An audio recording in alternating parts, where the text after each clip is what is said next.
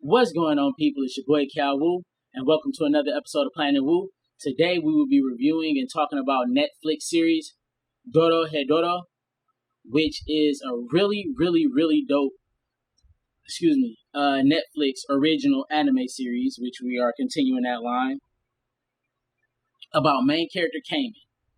For those that have seen the trailer and haven't watched the anime yet, caiman is a guy with a lizard head. Like, he pretty much has a reptile / dinosaur head. The reason being is because he was cursed by an evil mage. In the world of Dorohedoro, mages have like this own plane of existence that they have, and then they come over into our world, into the human world, to experiment, kill people, and just kind of do whatever with their magic with little to no resistance from humanity. Well, in Dorohedoro, caiman, along with his best friend Nikaido, which is this blonde-haired chick that runs a restaurant / bar, pretty much is going around trying to find out which mage put a curse on caiman and how to break the curse. So you can see them going down, kind of being like bounty hunters, hunting down mages that they notice or find. And caiman does this weird thing where he shoves their head in his mouth. And you think to yourself, wow, shoves their head in his mouth. With a dinosaur head, he's probably going to kill him. But the weird thing about his curse is his true self is in there and talks to the people whose head is in his mouth to try and figure out whether they are the person who cursed him or not. And caiman doesn't have a lot of memory of like who he was or kind of what he looks like. He kind of has dreams about what he looks like or this man in the inside of him.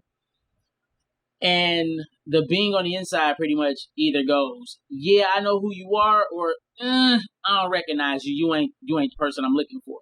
So once caiman has them in his mouth and he pulls them out, he goes, what did the guy on the inside say? Like, and it's so funny because it like reminds me of that meme of Batman where he like beats somebody to bloody hell, like, now talk. It's like, bro, you literally broke my face in like 7 places, and you're expecting me to talk or say anything? Or he like mutilate somebody like, now talk to me. Tell me who did it. It's like, bro, my guts are hanging out. Get me to a hospital and I'll tell you whatever you want to know. So caiman kind of does that, where he beats the hell out of them and then shoves their head in his mouth. And then like they have that cutscene interaction. Then he pulls them out like, so what did the guy on the inside say? And they like, I ain't the person. And he goes like, okay, well, since you ain't the guy I'm looking for, dead. You're dead. And so caiman and Nikaido has this weird, actually I'm not even going to say weird, they actually have a great relationship, great interaction, they're best friends. And they kind of just go through life just trying to survive every day, just trying to live life, while when they run into mages or find mages, trying to get to them, kill as many of them as they can, and try and keep as many, and try to keep a few alive so they can figure out whether or not they are the ones that put the curse on caiman. On top of that, it kind of has like the Game of Thrones or what other series did it? Like multiple story aspects where it's multiple different characters. You have your main character, but there's so many stories going on that they kind of do stories from different characters' point of view. And this is where you enter in from. E-N-N.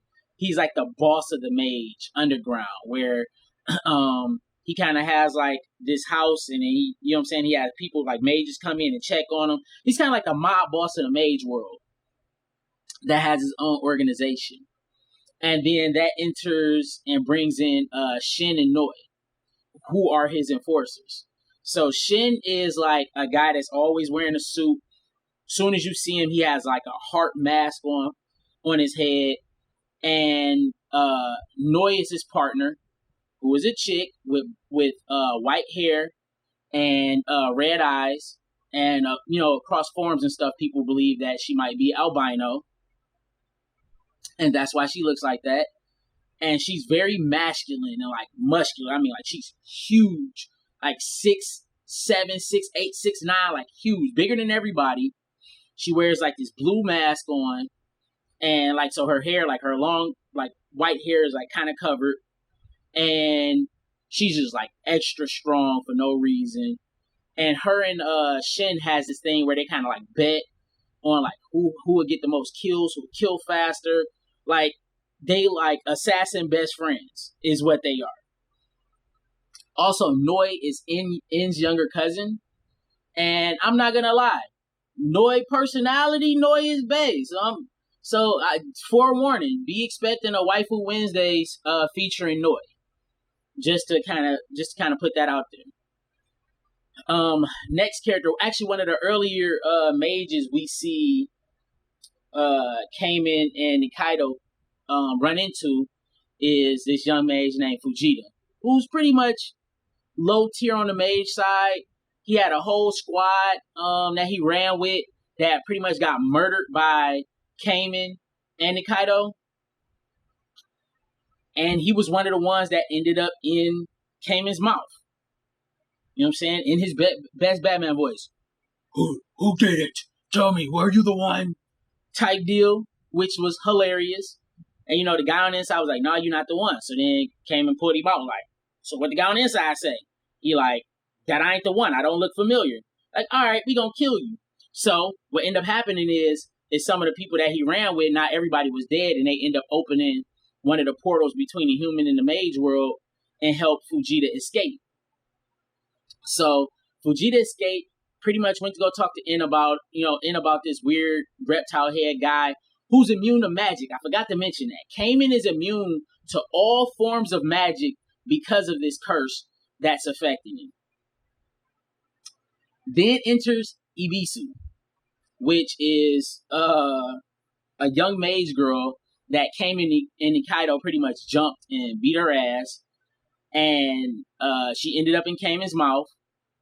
And before that whole ordeal like finished and got situated, Fujita opened up a gate because he was looking for her, because he like, yeah, you know, she had information about like this type of reptile transformation magic. Maybe she'll know about it. Maybe she could be my partner. You know what I'm saying? Since In kind of put him on the job to kind of investigate it all and figure out what's going on. He's like, all right, cool. He opens a gate and ends up seeing her in his mouth. Snatched her out, tore her whole face off, and like she kind of went crazy from there. So the series got a lot of weird, quirky characters that you run into, especially Fujita and Ibisu together. They are definitely an unlikely duo that you get to see. That's not all bad. They're actually really, really good, really dope duo that you get to see together. Shin and Noi is definitely another dope duo. You get to see them a couple times interacting with Nikaido and Caiman as far as fighting goes. You get to kind of see like how the realm is, where you got like a small group of magic hunters, and they have like weird festivals that kind of go on in the series. It's just from start to finish. Dorohedoro, I would definitely, if you would ask me whether I say watch or don't watch, watch or sleep it, I'm definitely going to say watch it. The action is really good. The character interactions are really good. It actually has some very memorable characters that stand out, from the main character all the way down to the off branch or offshoot of the side cast. How everybody interacts together is really dope. It's very natural on how they interact together. Story is okay. Not the greatest, but you know what I'm saying? Like, what else do you really need when you say this guy don't have a lot of memory? He got a dinosaur head, and we got to find the mage that did it to him. You know what I'm saying? Simple as that. So it's a very, I'm not going to say it's bad. It's just very simple. So it allows the anime to kind of do this one-track mind thing, and allows it to not have multiple layers if it don't want to. But for the simple fact that it jumps around to multiple characters, and each character has their own backstory, has their own things that they're into, that they don't like. You kind of hear them talk about it to each other, like, yeah, what you're doing right there, that's weird. No, I'm good. I'll pass on that. And that kind of gives you this multi-layer in your characters, laid on top of a very simple and direct type story. So yeah, that is my review and me talking about Dorohedoro. If you haven't seen it, you should definitely watch it. It's a Netflix series. That's it. So once again, thank you very much for supporting and watching my videos. please like, share, and subscribe. I'm gonna put all my social media like right here, so you can, you know what I'm saying, go follow, go look at it, interact with me. Tell me what you think. Tell me some of your Netflix animes that you like. Let me know what anime you want me to review next. And yeah, once again, this is Calwu from Planet Wu.